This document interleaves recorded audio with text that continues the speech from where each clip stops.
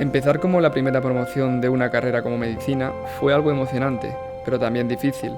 Durante los primeros años fuimos cambiando de sedes, estrenando aulas, bibliotecas. El ambiente en la universidad ha cambiado. Cuando empezamos, éramos pocos en la sede. Ahora todo es algo diferente. Hay más vida. Nunca olvidaré cómo después de cada examen, la clase entera se juntaba a la salida de la facultad para comentarlo. Éramos como una gran familia. Las catocapeas siempre serán uno de los momentos del año que recordaremos con más cariño para celebrar el fin de exámenes. Siempre diré que fue el inicio de una gran tradición.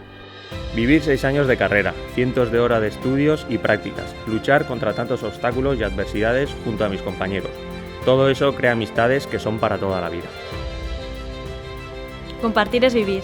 Ese era nuestro lema. Para los apuntes, el estudio, la fiesta, siempre íbamos a una.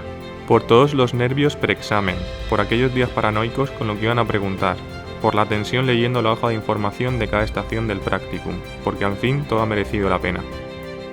El paso de ser estudiante a médico y convertirte en aquello por lo que tanto has trabajado y luchado intensamente.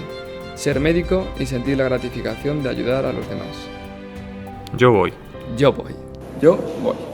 Yo voy.